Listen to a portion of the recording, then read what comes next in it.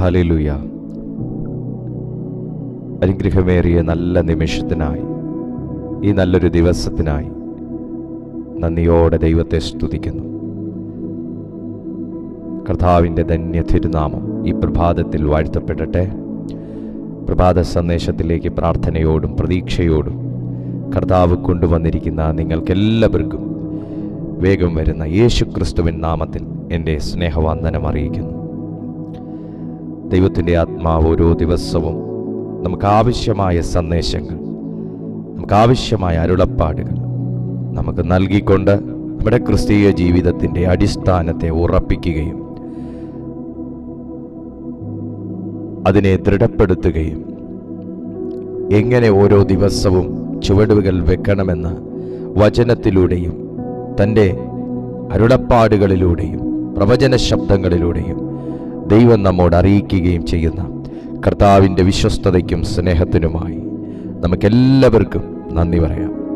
ഇന്ന് പ്രഭാതത്തിലും ദൈവം വളരെ ആഴമേറിയ ഒരു ചിന്തയാണ് ഏൽപ്പിച്ചിരിക്കുന്നത്. എനിക്ക് നല്ല ഉറപ്പുണ്ട്, ഈ സന്ദേശത്തിൽ ഒരുപാട് പേരുടെ ജീവിതങ്ങൾ ബലപ്പെടും, ഒരുപാട് പേരുടെ ചിന്താമണ്ഡലങ്ങൾ ശക്തി പ്രാപിക്കും, ഒരുപാട് പേരുടെ ആത്മീയ ജീവിതം ദൃഢപ്പെടും.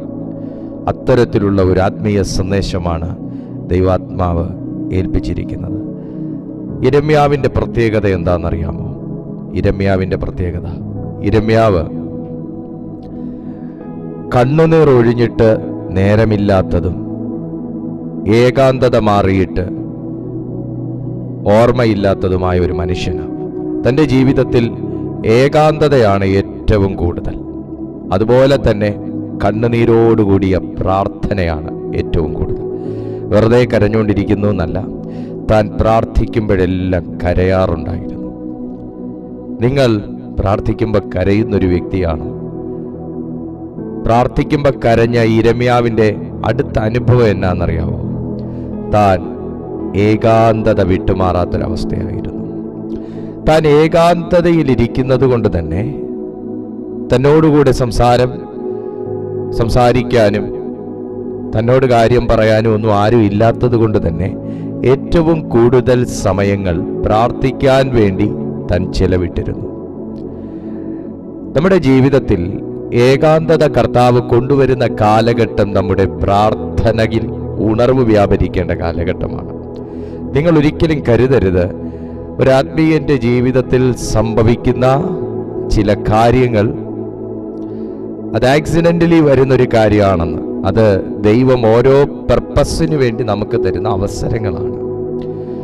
യിരെമ്യാവിനെ കുറിച്ച് ഞാൻ പറഞ്ഞല്ലോ, തൻ്റെ ജീവിതം ഏറ്റവും കൂടുതൽ കണ്ണുനീരോടുകൂടെ പ്രാർത്ഥിക്കുന്ന കാലഘട്ടം തനിക്കുള്ളപ്പോൾ തന്നെ തൻ്റെ ലൈഫ് ഏകാന്തതയ്ക്ക് സാക്ഷി നിന്നൊരു ലൈഫായിരുന്നു, ഒറ്റപ്പെടലായിരുന്നു തൻ്റെ ജീവിതം. താനൊരിക്കൽ ഇങ്ങനെയാണ് തൻ്റെ ജീവിതത്തെക്കുറിച്ച് താൻ വിലപിച്ചത്.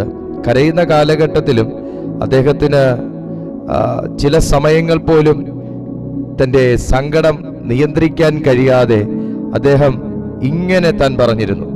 ആ ഒരു വേദന പറയാനും തനിക്ക് ആരും ഇല്ല എന്നുള്ളത് നമ്മൾ ഓർക്കണം. യിരെമ്യാവിൻ്റെ പുസ്തകം തന്നെ 15-ാമത്തെ അധ്യായം 10-ാമത്തെ വാക്യത്തിൽ ഇങ്ങനെയാണ് ഒരു വചനം കിടക്കുന്നത്: എൻ്റെ അമ്മേ, സർവദേശത്തിനും കലഹക്കാരനും വിവാദക്കാരനുമായിരുന്ന എന്നെ നീ പ്രസവിച്ചുവല്ലോ. അയ്യോ കഷ്ടം, ഞാൻ പലിശയ്ക്ക് കൊടുത്തിട്ടില്ല, എനിക്കാരും പലിശ തന്നിട്ടുമില്ല, എന്നിട്ടും അവരെല്ലാവരും എന്നെ ശപിക്കുന്നു. പ്രാർത്ഥിക്കുന്ന ദൈവമക്കളുടെ അറിവിലേക്കായി ഞാൻ പറയുന്നു, നിങ്ങൾ കരയുന്നു, നിങ്ങൾ പ്രാർത്ഥിക്കുന്നു, നിങ്ങൾ നീതിയോടെ ജീവിക്കുന്നു, നിങ്ങൾ ആർക്കും ദോഷം വരരുതെന്ന് ആഗ്രഹിക്കുന്നു, കഴിയുന്നത് പോലെയെല്ലാം നിങ്ങൾ നന്മ ചെയ്യുന്നു. എന്നിട്ടും നിങ്ങൾക്ക് നേരെ ചിലർ യുദ്ധം ചെയ്യാൻ തയ്യാറാകുന്നെങ്കിൽ, നിങ്ങൾക്ക് നേരെ ശപിക്കാൻ അധരങ്ങൾ ചലിപ്പിക്കുന്നെങ്കിൽ, നിങ്ങൾക്ക് നേരെ വാളോങ്ങുന്നെങ്കിൽ, ഞാൻ ആത്മനിറവോടെ പറയട്ടെ, ആ ശാപവും ആ യുദ്ധവും ഒന്നും നിന്നെ ജയിക്കത്തില്ല. ആ ശാപവും ആ യുദ്ധമൊന്നും നിങ്ങളുടെ നേരെ അടുത്തുപോലും വരത്തില്ല. കാരണം യിരെമ്യാവിൻ്റെ പുസ്തകം തന്നെ വളരെ ശക്തമായ ആശയം നമുക്ക് തരുന്നുണ്ട്. യിരെമ്യാവിൻ്റെ പുസ്തകം 1-ാമത്തെ അധ്യായം 19-ാമത്തെ വാക്യമാണ് ഇന്നത്തെ നമ്മുടെ ചിന്താവിഷയം എന്ന് പറയുന്നത്. അവർ നിന്നോട് യുദ്ധം ചെയ്യും, നിന്നെ ജയിക്കയില്ലതാനും, നിന്നെ രക്ഷിപ്പാൻ ഞാൻ നിന്നോട് കൂടെയുണ്ട് എന്ന് യഹോവയുടെ അരുളപ്പാട്. യിരെമ്യാവിനെ ദൈവത്തിൻ്റെ ശുശ്രൂഷകനായി ദൈവാത്മാവ് തൻ്റെ അമ്മയുടെ ഉദരത്തിൽ വെച്ച് തന്നെ തിരഞ്ഞെടുത്ത് തന്നെ അഭിഷേകം ചെയ്യുമ്പോൾ യഹൂദയ്ക്ക് ഒരു പ്രവാചകനായി ദൈവാത്മാവ് തന്നെ നിയോഗിക്കുകയാണ്. യഹൂദയുടെ 10 വിധ പാപങ്ങളെക്കുറിച്ച് നമുക്ക് തിരുവെഴുത്തിൽ കാണാനായിട്ട് കഴിയും. എന്നാൽ അതിനെക്കുറിച്ചൊന്നുമല്ല ഇന്നത്തെ എൻ്റെ ചിന്താവിഷയം. വളരെ ശക്തമായ ഒരു ആത്മീയ ദൂത് ഈ സന്ദേശത്തിനകത്തുള്ളത് കൊണ്ടും ആ ദൂത് ഇന്ന് ചിലരുടെ ഹൃദയങ്ങൾക്കകത്ത് വീഴണമെന്ന് എനിക്ക് വലിയ ആഗ്രഹമുള്ളത് കൊണ്ടും ചരിത്രങ്ങളെക്കുറിച്ച് ഭയങ്കര ആഴമായിട്ടും ആധികാരികമായിട്ടൊന്നും സംസാരിക്കാൻ ഞാൻ ആഗ്രഹിക്കുന്നില്ല. എനിക്ക് നിങ്ങളോട് ഇന്ന് കൈമാറാനുള്ളൊരു ആശയം ഇതാണ്: എന്തുകൊണ്ട് എനിക്ക് നേരെ ഇത്രത്തോളം യുദ്ധങ്ങൾ വരുന്നു എന്നും, എന്നാൽ ഇത്രയും യുദ്ധത്തിൻ്റെ നടുവിലും ഞാൻ ജീവിച്ചിരിക്കുന്നല്ലോ എന്നും, എന്തുകൊണ്ട് എൻ്റെ ജീവിതത്തിന് നേരെ ഇത്രത്തോളം ആരോപണങ്ങൾ വരുന്നു എന്നും, എന്നാൽ പലപ്പോഴും അതിനെയൊക്കെ ജയിപ്പാൻ തക്കവണ്ണം ദൈവം എന്നെ സഹായിക്കുന്നല്ലോ എന്നുമൊക്കെ നിങ്ങളിൽ പലരും ചിന്തിക്കുന്നുണ്ടെന്ന് എനിക്ക് നന്നായിട്ടറിയാം. നിന്നോട് യുദ്ധം അവസാനിച്ചിട്ട് നിങ്ങൾക്ക് ഒരു പ്രാർത്ഥനാ ജീവിതം ജയകരമായി കൊണ്ടുപോകാൻ കഴിയുകയില്ല. അല്ലെങ്കിൽ നിങ്ങളുടെ പ്രാർത്ഥനയിൽ എന്ത് സംഭവിക്കുന്നു എന്നറിയണമെങ്കിൽ ചില യുദ്ധങ്ങൾ നിനക്ക് നേരെ വരണം. ആമേൻ പറയാൻ പറ്റുമോ?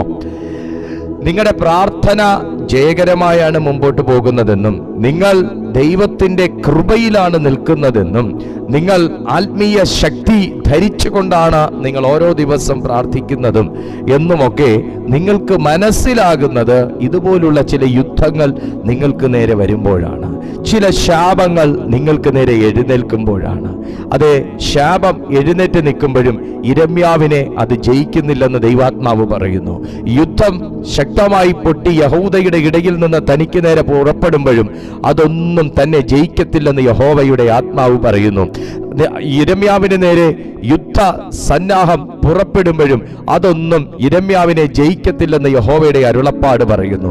അങ്ങനാണെങ്കിൽ ഈ പ്രഭാതത്തിൽ ഈ സന്ദേശം വളരെ താല്പര്യത്തോടെ കേട്ടുകൊണ്ടിരിക്കുമ്പോൾ ഇതിനകത്തു നിന്ന് എനിക്ക് പ്രാപിക്കത്തക്ക ദൂതെന്തെങ്കിലും ഉണ്ടോ എന്ന് ശ്രദ്ധയോടെ ശ്രവിക്കുന്ന ചില വ്യക്തികളോട് ദൈവത്തിൻ്റെ ആത്മാവ് പറയുന്നു: യുദ്ധങ്ങൾ നിന്റെ പ്രാർത്ഥനയുടെ ശക്തിയെ വെളിപ്പെടുത്താനാണ്. ശാപങ്ങൾ, നിനക്ക് നേരെയുള്ള എതിർപ്പിന്റെ വാക്കുകൾ നിന്റെ പ്രാർത്ഥനയുടെ ശക്തിയെ നിനക്ക് വെളിപ്പെടുത്തി തരാനാണ്. ആരോപണങ്ങൾ, നിനക്കെതിരെ നിൽക്കുന്ന വമ്പൻ സൈന്യങ്ങൾ, ഇതെല്ലാം നിങ്ങളുടെ പ്രാർത്ഥനയുടെ ശക്തി ക്ഷയിച്ചു പോയിട്ടില്ലെന്ന് വെളിപ്പെടുത്താനാണ്. Hallelujah, hallelujah. അതേ ദൈവ പൈതലേ, നിന്നോട് യുദ്ധം ചെയ്യുന്ന ചില വ്യക്തികൾ നിർമൂലമാകും. ഭയങ്കര ശക്തമായൊരു ദൂതാണ് ഇനി ഞാൻ പറയാൻ പോകുന്നത്. വാക്യം ഇതായിരുന്നു: അവർ നിന്നോട് യുദ്ധം ചെയ്യും. ദൈവ പൈതലേ, ആത്മീയ ജീവിതത്തിൽ ഒരു വ്യക്തിക്ക് യുദ്ധം വേണ്ട എന്നവൻ ആഗ്രഹിക്കുകയാണെങ്കിൽ, ഒരു പോലീസുകാരൻ പോലീസ് ജോലി കിട്ടിയതിന് ശേഷം എനിക്ക് കള്ളനെ പിടിക്കണ്ട എന്ന് പറയുന്നതിന് സമമാണ്. അല്ലെങ്കിൽ എനിക്ക് കുറ്റാന്വേഷണം നടത്തണ്ട എന്ന് പറയുന്നതിന് സമമാണ്. പോലീസ് ജോലി കിട്ടിയ വ്യക്തി കുറ്റാന്വേഷണം നടത്തേണ്ട ഒരു വ്യക്തിയല്ലേ? എന്നാൽ അദ്ദേഹം ജോലി കിട്ടിയതിന് ശേഷം എനിക്ക് കുറ്റാന്വേഷണം നടത്തണ്ട, പക്ഷെ ഞാൻ പോലീസായിട്ട് തുടർന്നോളാം എന്ന് പറയുന്നത് പോലെയാണ്. എനിക്ക് കള്ളനെ പിടിക്കാൻ വയ്യ, പക്ഷെ ഞാൻ പോലീസായിട്ട് തുടർന്നോളാം. ഇതുപോലെയാണ് ഒരു ആത്മീയ ഇൻചാർജ് കിട്ടിയ ഒരു വ്യക്തിയെ സംബന്ധിച്ചിടത്തോളം അവൻ യുദ്ധം ചെയ്യാനുള്ളവനാണ്. പക്ഷേ ദൈവം അവന് കൊടുത്തിരിക്കുന്ന ഉറപ്പ് എന്താണെന്നറിയാവോ? അത് വളരെ രസകരമാണ്. ഒരു ഗെയിമിലും നമ്മൾ മത്സരിക്കാൻ കയറുമ്പോൾ നീ ആകട്ടോ ഇന്നത്തെ ഗെയിമിൽ ജയിക്കാൻ പോകുന്നതെന്ന് അവിടെ ഇരിക്കുന്ന ആരും പറയാറില്ല. രണ്ടു കൂട്ടരും ജയിക്കണമെന്ന് ആഗ്രഹിക്കുന്ന വ്യക്തികളെ ഉണ്ടാവുള്ളൂ. പക്ഷേ ആത്മീയ ശുശ്രൂഷയുടെ പ്രത്യേകത എന്താണെന്ന് ചോദിച്ചാൽ, ദൈവ പൈതലിനോട് ദൈവം പറയും, ഈ യുദ്ധത്തിൽ നീ ആയിരിക്കും ജയിക്കാൻ പോകുന്നത്. Hallelujah, praise God. ഈ യുദ്ധത്തിൽ നീ ആയിരിക്കും ജയിക്കാൻ പോകുന്നത്. ഇന്ന് ഈ പ്രഭാതത്തിലും കർത്താവ് നമ്മളോട് പറയുക, ആത്മീയ ദൗത്യം ഏറ്റെടുത്തിരിക്കുന്ന, സ്പിരിച്വൽ ഇൻചാർജ് ഹാൻഡിൽ ചെയ്യുന്ന ചില വ്യക്തികളോട് ദൈവാത്മാവ് പറയുകയാണ്, ഈ ആത്മീയ ജീവിതത്തിൽ നിനക്ക് ഇനിയും യുദ്ധമുണ്ടാകും മുൻപോട്ട്. പക്ഷേ നീ ആയിരിക്കും ജയിക്കാൻ പോകുന്നത്. ശത്രു ജയിക്കത്തില്ല, പിശാച് ജയിക്കത്തില്ല, സാത്താൻ ജയിക്കത്തില്ല, പ്രതിയോഗി ജയിക്കത്തില്ല, വൈരി ജയിക്കത്തില്ല, അസൂയാലു ജയിക്കത്തില്ല, തടസ്സം സൃഷ്ടിക്കുന്നവൻ ജയിക്കത്തില്ല. ഇന്ന് പകലിൽ അതിനു വേണ്ടുന്ന ഒരു ആത്മീയ ശക്തി ചിലരുടെ മേലേക്ക് പരിശുദ്ധാത്മാവ് പകർന്നുകൊണ്ടിരിക്കുക. യോശുവയോടും ഇതേ വാക്ക് ദൈവം പറയുന്നുണ്ട്. യോശുവയോടും ഈ ആത്മീയ ജീവിതത്തിന്റെ ഒരു ഒരു ഒരു ഒരു വളരെ ഒരു ശ്രദ്ധേയമായൊരു ഭാഗം എവിടാന്ന് ചോദിച്ചാൽ, പലരും യുദ്ധം ചെയ്ത് തളർന്നു പോകും. തകർന്നു പോകത്തില്ല, തളർന്നു പോകും. അവരുടെ തളർച്ച എന്ന് പറയുന്നത് അവരുടെ വിശ്വാസത്തിലും വരും, അവരുടെ ആത്മീയ ജീവിതത്തിലും വരും. ആത്മീയ ജീവിതം എന്ന് പറയുന്ന ഒരു യാത്രയാണ്, ജയത്തിലേക്കുള്ളൊരു യാത്ര. ഈ ജയത്തിലേക്കുള്ള യാത്രയായതുകൊണ്ടാണ് പലയിടത്തും ജയിക്കാൻ വേണ്ടി യുദ്ധം ചെയ്യേണ്ടി വരുന്നത്. പക്ഷെ പലരും വഴിമധ്യേ വെച്ച് അധികം യുദ്ധം ചെയ്യുമ്പോൾ തളർന്നു പോകാറുണ്ട്. തളർന്നു പോകുന്നവർക്ക് അതാത് സ്ഥലങ്ങളിൽ ദൈവം അവരെ ശക്തീകരിക്കാൻ വേണ്ടി കൊടുത്തിരുന്ന ഒന്നാണ് അരുളപ്പാടുകൾ. കുടുംബജീവിതത്തിൽ തളർന്നവരും, വിദ്യാഭ്യാസത്തിൽ തളർന്നവരും, ഒരു ഉദ്യോഗത്തിന്റെ അന്വേഷണ ഘട്ടത്തിൽ തളർന്നവരും, ഒരു കുടുംബജീവിതം കെട്ടിപ്പടുക്കാൻ വേണ്ടി അന്വേഷണത്തിൽ നിൽക്കുന്നവരിൽ തളർന്നവരും, ആത്മീയ ശുശ്രൂഷയിൽ തളർന്നവരും, പ്രാർത്ഥനാ ജീവിതത്തിൽ തളർന്നവരും ഇന്ന് പ്രഭാതത്തിൽ എന്നെ കേൾക്കുന്നുണ്ടെങ്കിൽ ഞാൻ നിങ്ങളോട് പറയുന്നു, ആത്മീയ ജീവിതത്തിൽ ഇതുപോലെ ഭക്തന്മാർ, പ്രവാചകന്മാർ, ശുശ്രൂഷകന്മാർ, ദൈവമക്കൾ തളർന്നുപോയ ഘട്ടങ്ങൾ ഉണ്ടായിരുന്നു. അവരെ ശക്തീകരിക്കാൻ വേണ്ടി തളർന്ന ഘട്ടത്തിലേക്ക് ഇറങ്ങി വന്നതാണ് ദൈവിക അരുളപ്പാട്, ദൈവിക ശബ്ദങ്ങൾ. അത് പ്രവാചക രൂപത്തിൽ വന്നിട്ടുണ്ട്, അത് യഹോവയായ ദൈവം തന്നെ പറഞ്ഞിട്ടുണ്ട്. എല്ലാം അതാത് ഘട്ടങ്ങളിൽ ഒത്തിണങ്ങിപ്പോകുന്ന നിലയിൽ ദൈവം ഇടപെട്ടിട്ടുണ്ട്. ഞാൻ ആത്മനിറവിൽ ഇത് പറഞ്ഞുകൊണ്ടിരിക്കുമ്പോൾ ഒരു പ്രവചനാത്മാവിൽ എനിക്ക് സംസാരിക്കാൻ ഒരു നിയോഗം കർത്താവ് തരുന്നു. ഇതുപോലെ ആത്മീയ ജീവിതത്തിലാകട്ടെ, കുടുംബജീവിതത്തിലാകട്ടെ, വിവാഹ ജീവിതത്തിലാകട്ടെ, ബിസിനസ്സിലാകട്ടെ, എവിടെയെങ്കിലും ഒക്കെ തളർന്നവരായി ഇന്ന് ഈ സന്ദേശം കേൾക്കുന്ന ആരെങ്കിലും ഉണ്ടെങ്കിൽ ഞാൻ നിങ്ങളോട് പറയുന്നു, ഒരു ദൈവശബ്ദം ഇന്ന് വെളിപ്പെടുന്നത് നിന്നെ ശക്തീകരിക്കാൻ വേണ്ടിയിട്ടാണ്. ഒരു ദൈവശബ്ദം ഈ സമയം വെളിപ്പെടുന്നത് നിങ്ങളെ ശക്തീകരിക്കാൻ വേണ്ടിയിട്ടാണ്. യോശുവയും ഇതുപോലെ ഭയപ്പെട്ട അനുഭവങ്ങൾ ഉണ്ടായിരുന്നു. ഇതെല്ലാം ആത്മീയ ജീവിതത്തിലുള്ളതാ കേട്ടോ. ഭയപ്പാട്, നിരാശ, ദുഃഖം, കണ്ണുനീർ, ഭീതി, അവിശ്വാസം, ഇതെല്ലാം ആത്മീയ ജീവിതത്തിലുള്ളതാ കേട്ടോ. യോശുവയോട് പറയുന്നുണ്ട് ദൈവം, ഇതുപോലെ യിരെമ്യാവോട് പറഞ്ഞതുപോലെ തന്നെ യോശുവയോട് പറയുന്നു, നിന്റെ ദൈവമായ യഹോവ നീ പോകുന്നിടത്തൊക്കെയും നിന്നോട് കൂടെ ഉള്ളതുകൊണ്ട് ഉറപ്പും ധൈര്യവും ഉള്ളവനായിരിക്കുക, ഭയപ്പെടരുത്, ഭ്രമിക്കുകയും അരുത് എന്ന് ഞാൻ നിന്നോട് കൽപ്പിച്ചുവല്ലോ.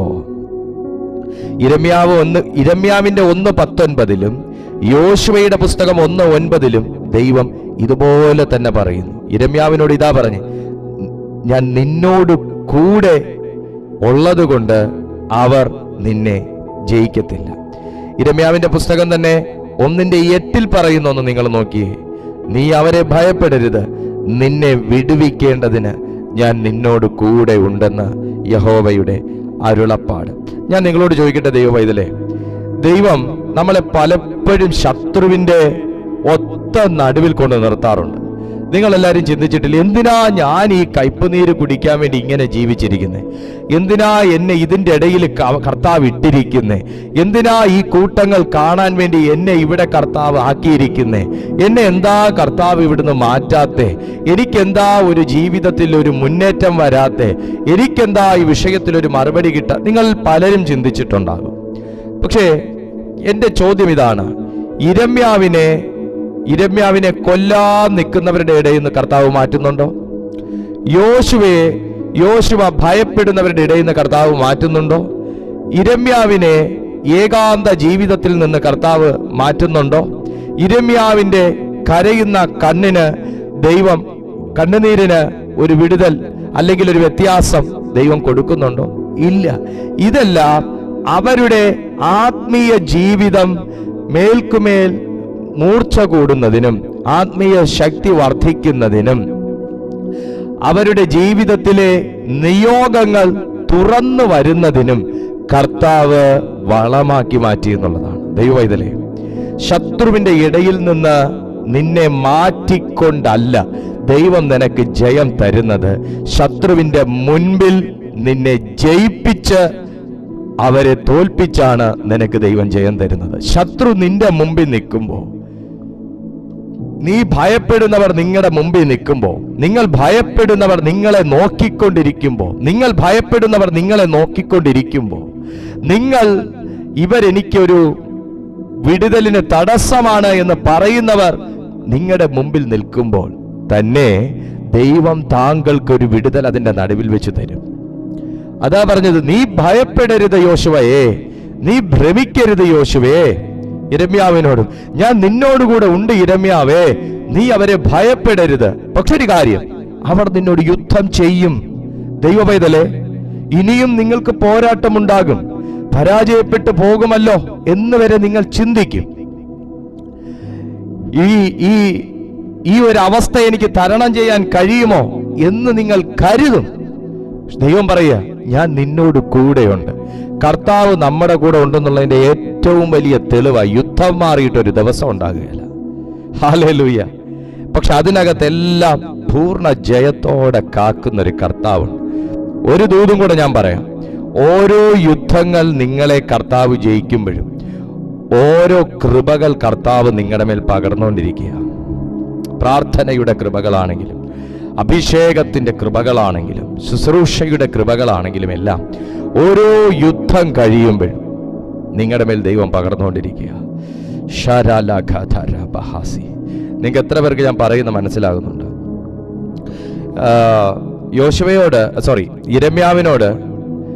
യിരെമ്യാവിനെ കർത്താവ് ഈ കാര്യം പറഞ്ഞു ഉണർത്തുന്ന എന്തിനാണെന്നറിയാമോ? യഹൂദയ്ക്ക് നേരെ പ്രവചിക്കാൻ. യഹൂദ വളരെയേറെ പാപം ചെയ്യുന്ന ഒരു കൂട്ടരാണ്. കാരണം ദൈവത്തെ വിട്ടകലുന്നു, മിഥ്യാമൂർത്തികളുടെ പുറകെ പോകുന്നു, അവരൊരു അർത്ഥമില്ലാത്ത ജീവിതമുള്ളവരായി തീരുന്നു. അവരുടെ ആവശ്യഘട്ടങ്ങളിൽ അല്ലെങ്കിൽ അവരുടെ വിടുതലിൻ്റെ ആവശ്യമുള്ള സമയത്ത് അവർ ദൈവത്തെ അന്വേഷിക്കുന്നില്ല. അവർ ആ ദേശത്തെ തന്നെ അശുദ്ധമാക്കുന്നു, ദൈവത്തിൻ്റെ അവകാശത്തെ അവരെ അറപ്പാക്കുന്നു. പുരോഹിതന്മാർ പോലും ദൈവത്തെ അന്വേഷിക്കുന്നില്ല. അവരിലെ ഇടയന്മാർ അതിക്രമം കാണിക്കുന്നു, പ്രവാചകന്മാർ അന്യാത്മാവിൽ പ്രവചിക്കുന്നു, കള്ളപ്രവാചകന്മാർ അവരുടെ ഇടയിൽ എഴുന്നേൽക്കുന്നു, പ്രയോജനമില്ലാത്തവയോട് അവർ ചേർന്ന് നടക്കുന്നു. ഇങ്ങനെ 10 വിധ പാപങ്ങൾ യഹൂദ ചെയ്യുന്നുണ്ട്. അവർക്കെതിരായിട്ട് പ്രവചിക്കാനാ യിരെമ്യാവിനെ ദൈവം എഴുന്നേൽപ്പിക്കുന്നത്. നിങ്ങൾ പലരും, ചില വ്യക്തികൾ നന്നാകണമെന്ന് പറഞ്ഞ് നല്ല കാര്യം പറഞ്ഞാലും നിങ്ങളെ ആരും അംഗീകരിക്കത്തില്ല. നിങ്ങൾ നല്ല കാര്യം പറയുന്നതായിരിക്കും നിങ്ങൾക്ക് നേരെ ശത്രുക്കൾ പെരുകാനുള്ള കാരണം. ശരിയല്ലേ? നിങ്ങളിൽ നല്ല ബുദ്ധി പറഞ്ഞു കൊടുക്കുന്നവർക്ക് നേരെ ശത്രുക്കൾ കൂടുതലായിരിക്കും. ഒരു വ്യക്തി നന്നായി പോട്ടെ എന്ന് പറഞ്ഞാൽ അവർക്ക് നിങ്ങളൊരു നന്മയായിരിക്കും പറയുന്നത്. പക്ഷേ നിങ്ങൾ പറയുന്ന നന്മയിലെ നന്മയൊന്നും അവിടെ ആരും കാണത്തില്ല. നിങ്ങൾക്ക് നേരെ ആയിരിക്കും, നിങ്ങൾക്കെതിരായിട്ടായിരിക്കും അവർ എഴുന്നേൽക്കുകയും നിങ്ങൾ പറഞ്ഞ നന്മ അവർ കാണാതെ നിങ്ങളെന്തോ ദോഷം ചെയ്തതുപോലെ ആയിരിക്കും അവർ പിന്നെ നിങ്ങളോട് ഇടപെടുന്നത്. ഇവിടെ യിരെമ്യാവിനും സംഭവിച്ചത് വ്യത്യസ്തമല്ല. യിരെമ്യാവിനെ കർത്താവ് നിയോഗിച്ചപ്പോൾ യിരെമ്യാവിനെതിരായിട്ട് യഹൂദ എഴുന്നേൽക്കുകയാണ്. എന്നെ കേൾക്കുന്ന മാന്യ പൈതലേ, നിങ്ങളെ കർത്താവ് എന്തിനെങ്കിലും നിയോഗിച്ചെഴുന്നേൽപ്പിച്ചിട്ടുണ്ടെങ്കിൽ ശത്രുവും നിന്റെ കൂടെ എഴുന്നേൽക്കാൻ തക്കവണ്ണം തയ്യാറാകും. യിരെമ്യാവിനോട് ദൈവം 5 വിധ വിഷയങ്ങളാണ് പ്രവചനത്തിന് വേണ്ടി ഏൽപ്പിച്ചത്. 1, സർവദേശത്തിനുമെതിരെ. 2, യഹൂദ രാജാക്കന്മാർക്കെതിരെ. 3, യഹൂദ പ്രഭുക്കന്മാർക്കെതിരെ. 4, പുരോഹിതന്മാർക്കെതിരെ. 5, ദേശത്തിലെ ജനത്തിനെതിരെ. ഒരു കാര്യം ഞാൻ പറയാം. ഒരുപാട് കരയുകയും ഏകാന്തത അനുഭവിക്കുകയും ചെയ്യുന്ന വ്യക്തി ചെറിയ കാര്യത്തിന് വേണ്ടിയിട്ടല്ല ദൈവം ഉപയോഗിക്കുന്നത്. ഇവിടെ പ്രവചിക്കാൻ പറയുന്ന ആൾക്കാരൊക്കെയാന്ന് നിങ്ങൾ ശ്രദ്ധിച്ചോ? 1, ദേശം. 2 രാജാക്കന്മാർ, 3 പ്രഭുക്കന്മാർ, 4 പുരോഹിതന്മാർ, 5 ദേശത്തിലെ ജനം. നന്നായിട്ട് കരയുന്ന യിരെമ്യാവിനെ, എപ്പോഴും ഏകാന്തത അനുഭവിക്കുന്ന യിരെമ്യാവിനെ, ഏകാന്ത നിമിഷങ്ങൾ മുഴുവനും കണ്ണുനീരോടെ പ്രാർത്ഥിക്കാൻ വേണ്ടി തയ്യാറാകുന്ന യിരെമ്യാവിനെ കർത്താവ് എഴുന്നേൽപ്പിക്കുന്നത് ചെറിയ കാര്യങ്ങൾ ഹാൻഡിൽ ചെയ്യാനല്ല. ഞാൻ ഇന്ന് ആത്മനിറവിൽ പ്രവചിക്കുന്നു. സുഹൃത്തെ, നീ ഒരുപാട് കരയുന്നുണ്ടെങ്കിൽ, ഒത്തിരി ഒറ്റപ്പെടൽ അനുഭവിക്കുന്നുണ്ടെങ്കിൽ, നിങ്ങളെ ആരും തിരിച്ചറിയുകയും മനസ്സിലാക്കുകയും ചെയ്യുന്നില്ലെങ്കിൽ, ചെറിയ രീതിയിലായിരിക്കത്തില്ല നിന്റെ നിയോഗം വെളിപ്പെടുന്നത്. ചെറിയ രീതിയിലായിരിക്കത്തില്ല നിന്നെ കർത്താവ് ഉപയോഗിക്കുന്നത്. നിന്റെ ജീവിതത്തിൽ ഒരു ബ്രേക്ക് ത്രൂ വരുമ്പോൾ അത് ചെറിയ രീതിയിലായിരിക്കത്തില്ല. ഹല്ലേലൂയ. അതിനുവേണ്ടി എപ്പോഴും കരയുകയും ഏകാന്തത അനുഭവിക്കുകയും ചെയ്യുന്ന യിരെമ്യാവിനെ ദൈവം ആക്കി വെച്ചിരിക്കുന്ന എന്താണെന്നൂടെ പറയാം. യഹൂദ നോക്കുമ്പോൾ, രാജാക്കന്മാർ നോക്കുമ്പോൾ, പ്രഭുക്കന്മാർ നോക്കുമ്പോൾ ആളൊറ്റയാണ്. ആളുടെ കൂടെ നിൽക്കാൻ ആരുമില്ല, ആൾക്കൊരു ടീമില്ല, ആളെപ്പോഴും കരയുന്ന ആളാ. നനഞ്ഞ തോടുപോലെയാണ്, വെള്ളമൊഴുകുന്ന തോടുപോലെയാണ് യിരെമ്യാവിന്റെ കണ്ണിരിക്കുന്നത്. ഇതൊക്കെ ആ രാജാക്കന്മാർ നോക്കുമ്പോൾ. പക്ഷെ ആത്മമണ്ഡലത്തിൽ അദ്ദേഹത്തിന്റെ ശരീരം എങ്ങനെയാണെന്ന് നിങ്ങൾക്കറിയാവോ?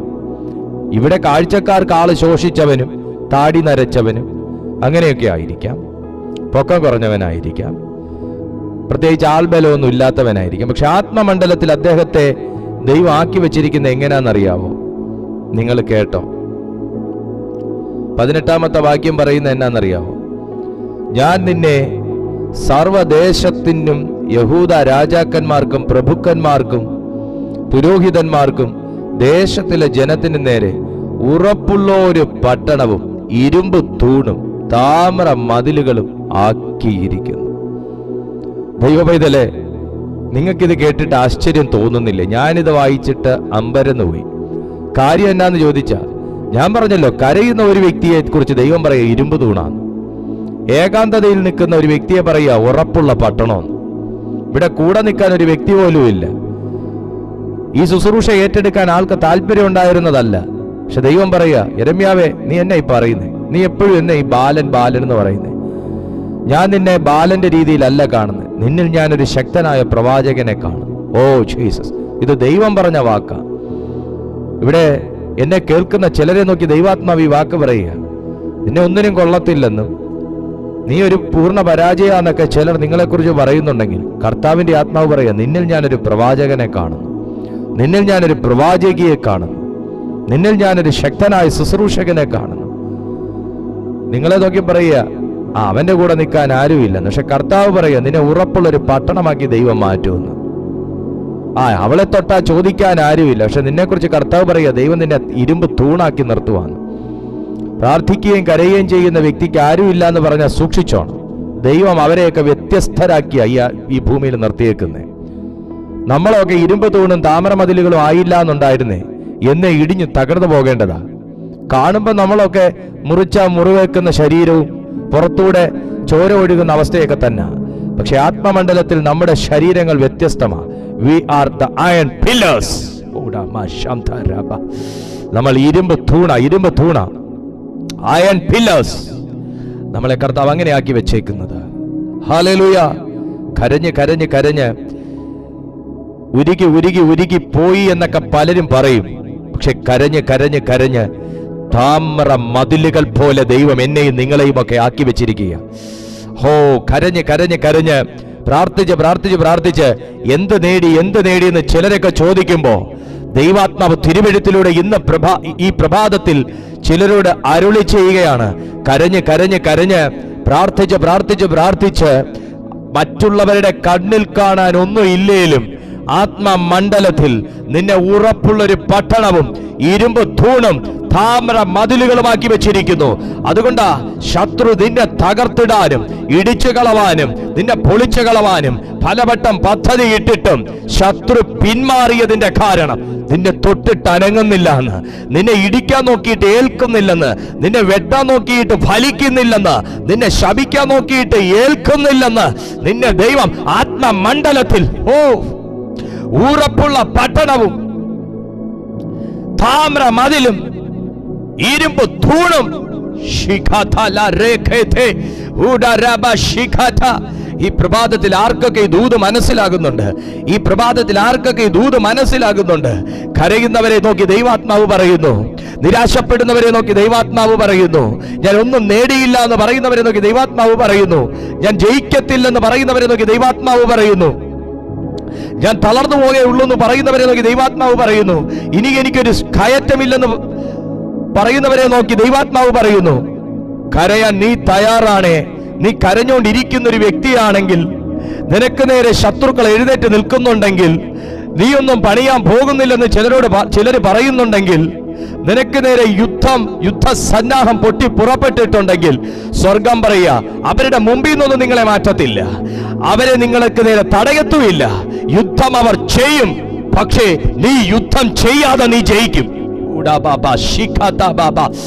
ഞാൻ വീണ്ടും പറയട്ടെ, അവരുടെ മുമ്പിൽ നിന്ന് നിങ്ങളെ മാറ്റത്തൊന്നുമില്ല, നിങ്ങളുടെ അടുത്തേക്ക് വരരുതെന്ന് പറഞ്ഞ് അവരെ തടയത്തുമില്ല, പക്ഷേ അവർ യുദ്ധം ചെയ്യും. നീ യുദ്ധം ചെയ്യാതെ നീ ജയിക്കും. Because you are the iron pillar. Horiba shekete labrakato shateya ralbakando. ഓ, ഈ പ്രഭാതത്തിൽ ആരെയൊക്കെയോ ദൈവം ശക്തീകരിക്കുന്നു. ഈ പ്രഭാതത്തിൽ ആർക്കൊക്കെയോ വേണ്ടി ദൈവം ശക്തമായി ഇടപെടുന്നു. ആരോടൊക്കെയോ കർത്താവ് പറയുന്നു, അയ്യോ, ശത്രു വരരുതെന്ന് ഞാൻ പ്രാർത്ഥിച്ചിട്ട് ശത്രു വന്നല്ലോ, ശത്രു ചെയ്യരുതെന്ന് ആഗ്രഹിച്ചത് ശത്രു ചെയ്തല്ലോ, ചെയ്തിട്ടും അവർക്കൊന്നും പറ്റിയില്ലല്ലോ എന്നൊക്കെ നിങ്ങൾ പറയുമ്പോ ഓർത്തോ, അവർ ചെയ്യേണ്ടത് ചെയ്തേച്ചു പോയി, പക്ഷേ നീ തോറ്റില്ല, അവരൊട്ട് ജയിച്ചിട്ടുമില്ല. ആമേൻ. നീ തോറ്റില്ല, അവരൊട്ട് ജയിച്ചിട്ടുമില്ല. യിരെമ്യാവേ, നീ പറയേണ്ടത് നീ പറയണം, നീ ചെയ്യേണ്ടത് നീ ചെയ്യണം, നിന്നെ ഏൽപ്പിച്ചത് നീ ചെയ്യണം. അതാ നിന്റെ ശുശ്രൂഷ. അതിന്റെ റിസൾട്ടിനെ കുറിച്ച് നീ വറി ചെയ്യണ്ട. നിനക്കുള്ള റിസൾട്ട് ഓൾറെഡി സ്വർഗം പറഞ്ഞിട്ടുണ്ട്. അവർ നിന്നോട് യുദ്ധം ചെയ്യും. നീ പറയുമ്പോൾ നിന്നോട് യുദ്ധം ചെയ്യും. നീ പ്രാർത്ഥിക്കേണ്ട പോലെ പ്രാർത്ഥിക്കുമ്പോൾ അതിനെ നിർത്താൻ നിന്നോട് യുദ്ധം ചെയ്യും. നീ പ്രവചിക്കുമ്പോൾ നിനക്ക് നേരെ ചാടിക്കടിക്കും. നീ ദേശത്തിനെതിരെ ദേശവിരോധ പ്രവൃത്തി ചെയ്തു എന്ന് പറഞ്ഞ് നിനക്കെതിരെ രാജാക്കന്മാരും പ്രഭുക്കന്മാരും അണിനിരക്കും. പക്ഷെ ഒരു കാര്യം, നിനക്ക് നേരെ യുദ്ധം ചെയ്യാൻ വരുന്നവൻ അവിടെ കിടന്ന് ചെയ്യും. നീ യുദ്ധം ചെയ്യാതെ നീ ജയിക്കും. കാരണം നിന്റെ കൂടെ ദൈവമുണ്ട്, നിന്റെ കൂടെ ദൈവമുണ്ട്, നിന്റെ കൂടെ ദൈവമുണ്ട്. ഓ, ദൈവമുള്ള ഒരു ജാതിയെ നോക്കി ദൈവാത്മാവ് ഇന്ന് പ്രഭാതത്തിൽ ഉറപ്പിക്കുകയാണ്, നിന്റെ കൂടെ ദൈവമുണ്ട്, നിന്റെ കൂടെ ദൈവമുണ്ട്. ഒറ്റയ്ക്കിരുന്ന് കരയുന്ന യിരെമ്യാവേ, നിന്റെ കൂടെ ദൈവമുണ്ട്. ഏകാന്തതയിൽ എപ്പോഴും വാസം ചെയ്യുന്ന യിരെമ്യാവേ, നിന്റെ കൂടെ ദൈവമുണ്ട്.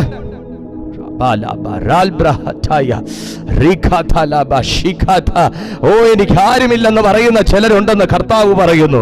എന്നെ കേൾക്കാൻ ആരുമില്ലെന്ന് പറയുന്ന ചിലരുണ്ടെന്ന് കർത്താവ് പറയുന്നു. അയ്യോ, എനിക്ക് എല്ലാ കാലവും ഈ ഏകാന്തതയാണല്ലോ വിധിക്കപ്പെട്ടിരിക്കുന്നതെന്ന് പറയുന്നവരുണ്ടെന്ന് കർത്താവ് പറയുന്നു. അവരെ നോക്കി ദൈവാത്മാവ് പറയുന്നു, നിന്റെ കൂടെ ദൈവമുണ്ട്. അതുകൊണ്ട് ശത്രു നിന്നോട് യുദ്ധം ചെയ്യും, പക്ഷേ ജയിക്കത്തില്ല, ജയിക്കത്തില്ല, ജയിക്കത്തില്ല. കാരണം യിരെമ്യാവ് എന്ന വ്യക്തിയെ ദൈവം 3 പ്രതീകങ്ങളാക്കിയാണ് ഇവിടെ കാണിക്കുന്നത്. ഒന്ന്, ഉറപ്പുള്ള പട്ടണം. ആള് വേണമെന്നില്ല കേട്ടോ ഉറപ്പുള്ള പട്ടണമാകാൻ. 2, ഇരുമ്പ് തൂൺ. 3, താമ്ര മതിൽ. യിരെമ്യാവിനോടുള്ള 3 വിധ വാഗ്ദത്തങ്ങൾ ഇതാണ്. വാക്യം 19 പറയുന്നത് നമ്മൾ വായിച്ചായിരുന്നു. 1, അവർ നിന്നെ ജയിക്കത്തില്ല. 2, ഞാൻ നിന്നോട് കൂടെയുണ്ട്. 3, ഞാൻ നിന്നെ വിടുവിക്കും. എവിടെ കിട്ടും ഇത്രയും വലിയൊരു ഉറപ്പ്? അവർ നിന്നോട് ജയിക്കത്തില്ല, ഞാൻ നിന്നോട് കൂടെയുണ്ട്, ഞാൻ നിന്നെ വിടുവിക്കും. ഈ പ്രഭാതത്തിൽ കർത്താവ് ശക്തമായി ചിലരോട് പറയുക, ദൈവം നിന്നോട് കൂടെയുണ്ട്, അവർ നിന്നെ ജയിക്കത്തില്ല, ദൈവം നിന്നെ വിടുവിക്കും. നിങ്ങൾ വിശ്വസിക്കാൻ ഈ പ്രഭാതത്തിൽ തയ്യാറായിരിക്കുന്ന ചില വ്യക്തികളോടാണ് കർത്താവിന്റെ ആത്മാവ് പറയുന്നത്, ദൈവം നിന്നോട് കൂടെയുണ്ട്, അവർ നിന്നെ ജയിക്കത്തില്ല, ദൈവം നിന്നെ വിടുവിക്കും. മാന്യ സുഹൃത്തേ, ക്രിസ്തീയ ജീവിതം അതൊരനുഗ്രഹിക്കപ്പെട്ട ജീവിതവും വളരെ ഉത്തരവാദിത്വത്തോടെ കാത്തു സൂക്ഷിക്കേണ്ട ജീവിതവുമാണ്. നിന്നോട് ആരും യുദ്ധം ചെയ്യാൻ വരാം. ഏത് രാജ്യത്തു നിന്നും നിനക്ക് നേരെ യുദ്ധം പൊട്ടി പുറപ്പെടാം. ഒരു മുന്നറിയിപ്പ് പോലും ഉണ്ടാകണമെന്നില്ല. പക്ഷേ ആ സമയത്തൊക്കെ ദൈവം നിന്നോട് കൂടെ ഉള്ളതുകൊണ്ട് നീ ഉറപ്പുള്ളൊരു പട്ടണമായിരിക്കും. ദൈവം നിന്നോടുകൂടെ ഉള്ളതുകൊണ്ട് നീ ഒരു ഇരുമ്പ് തൂണായിരിക്കും. ദൈവം നിന്നോടുകൂടെ ഉള്ളതുകൊണ്ട് ദൈവം നിന്നെ വിടുവിക്കും. എല്ലാ ദൈവമക്കളും വിശ്വാസത്തോടെ ഈ വചനത്തെ ഇന്ന് പ്രഭാതത്തിൽ സ്വീകരിക്കുമ്പോൾ വലിയൊരു ദൈവിക സംരക്ഷണം താങ്കളുടെ കുടുംബത്തിലേക്ക് ഈ പ്രഭാതത്തിൽ കർത്താവ് അയക്കുകയാണ്. നിങ്ങൾ ഭയപ്പെടരുതെന്ന് ദൈവം ചിലരോട് പറയുന്നു. നിങ്ങൾ ഭ്രമിക്കരുതെന്ന് ദൈവം ഇന്ന് ചിലരോട് പറയുന്നു. ചിലരുടെ യുദ്ധവും ചിലരുടെ യുദ്ധമുറകളും എല്ലാം കണ്ട് ഭയപ്പെട്ടിരിക്കുന്നവരുണ്ട്. അവരുടെ കർത്താവ് പറയുക, ഭയപ്പെടരുത്, ഞാൻ നിന്നോട് കൂടെയുണ്ട്. ഭ്രമിച്ചു നോക്കരുത്, ഞാൻ നിന്റെ ദൈവമാകുന്നു. അവർ നിന്നോട് യുദ്ധം ചെയ്യും, ജയിക്കയില്ല താനും. പിതാവേ, ഞാൻ ഈ ജനത്തിനായി പ്രാർത്ഥിക്കുന്നു. ഈ ജനത്തെ അവിടെ നിന്ന് പ്രഭാതത്തിൽ ശക്തീകരിക്കുകയും അനുഗ്രഹിക്കുകയും ഈ കേട്ട വചനത്തിൽ ഇവരെ ഉറപ്പിക്കുകയും ചെയ്യണേ. എല്ലാവിധ നന്മകളാൽ കർത്താവ് ഇവരെ നിറയ്ക്കപ്പ. എല്ലാ യുദ്ധങ്ങളെക്കുറിച്ചും ആരോപണങ്ങളെക്കുറിച്ചുള്ള ഭയങ്ങൾ ഇവരെ വിട്ട് മാറട്ടെ. ഒരു ദൈവപ്രവൃത്തി ഇവരുടെ ജീവിതത്തിൽ കാണട്ടെ. ശക്തിയോടെ കർത്താവ് ഇവരുടെ മേലുള്ള നിയോഗങ്ങളെ വെളിപ്പെടുത്തുന്ന വലിയ ദൈവകൃപയ്ക്കായി സ്തോത്രം. ഇവരെയൊക്കെയും ഞാൻ യേശുവിൻ്റെ നാമത്തിൽ അനുഗ്രഹിച്ചു പ്രാർത്ഥിക്കുന്നു. എല്ലാ മഹത്വവും അങ്ങേക്ക്. പ്രാർത്ഥന കേട്ടിരിക്കാൻ സ്തോത്രം. യേശുവിൻ നാമത്തിൽ തന്നെ ആമേൻ. ദൈവമക്കളെ, നിങ്ങളെല്ലാവരും ഈ വീഡിയോയ്ക്ക് ഒരു ലൈക്ക് ചെയ്യാതെ പോകല്ല, ചാനൽ സബ്സ്ക്രൈബ് ചെയ്യാതെ പോകല്ല. ഇത് രണ്ടും നിങ്ങൾ ചെയ്യുക. ഒപ്പം നിങ്ങൾ ഈ വീഡിയോ മറ്റുള്ളവർക്കും കൂടെ ഷെയർ ചെയ്ത് കൊടുത്തിട്ട് കാണാൻ അവരോട് ആവശ്യപ്പെടുക. നമ്മുടെ ഈ ചാനലിനെ നിങ്ങൾ മറ്റുള്ളവരിലേക്കും കൂടെ എത്തിക്കുക. ദിവസവും 2 നേരവും നമ്മുടെ ഈ ചാനലിൽ നടക്കുന്ന ലൈവ് മീറ്റിംഗ്സ് കാണാൻ നിങ്ങളെല്ലാവരെയും ഉത്സാഹിപ്പിക്കുക. എല്ലാ ദിവസവും രാവിലെ 6:30 വൈകിട്ട് 6:30 നടക്കുന്ന ഈ സന്ദേശത്തിലേക്ക് മുടങ്ങാതെ നിങ്ങൾ പങ്കെടുക്കുക. എല്ലാവരും ചാനൽ സബ്സ്ക്രൈബ് ചെയ്ത് നോട്ടിഫിക്കേഷൻ ഓണാക്കി വെച്ചാൽ നിങ്ങൾക്ക് എല്ലാവർക്കും മെസ്സേജ് കിട്ടുന്നതിന് മുന്നേ തന്നെ, ഞാൻ മെസ്സേജ് തരുന്നതിന് മുന്നേ തന്നെ നിങ്ങൾക്ക് യൂട്യൂബ് മെസ്സേജ് തന്നോളൂ. സോ നിങ്ങൾ ആരും മുടങ്ങല്ല. എല്ലാ ദിവസത്തെ സന്ദേശം കേൾക്കുക. എല്ലാ ദിവസത്തെ സന്ദേശത്തിലും നിങ്ങളോടുള്ള ഒരു ആലോചന അതിനകത്തുണ്ടാവും. ആമേൻ. വീഡിയോ മുഴുവനായിട്ട് കാണുക. എല്ലാ സന്ദേശങ്ങളും മുഴുവനായിട്ട് കാണുക, നോട്ട് ചെയ്യുക, ധ്യാനിക്കുക. കർത്താവ് നിങ്ങളെ അനുഗ്രഹിക്കട്ടെ. എല്ലാവർക്കും ഒരു അനുഗ്രഹമേറിയ ഒരു ദിവസം ഞാൻ ആശംസിക്കുന്നു. എല്ലാ സമാധാനവും നിങ്ങൾക്ക് കർത്താവ് തരട്ടെ. അടുത്ത ദിവസം പുതിയ ഒരു സന്ദേശവുമായി കാണുന്നത് വരെ അത്യുന്നതന്റെ ചിറകിൻ കീഴിൽ കർത്താവ് എല്ലാവരെയും സൂക്ഷിക്കട്ടെ. Good bye. God bless U.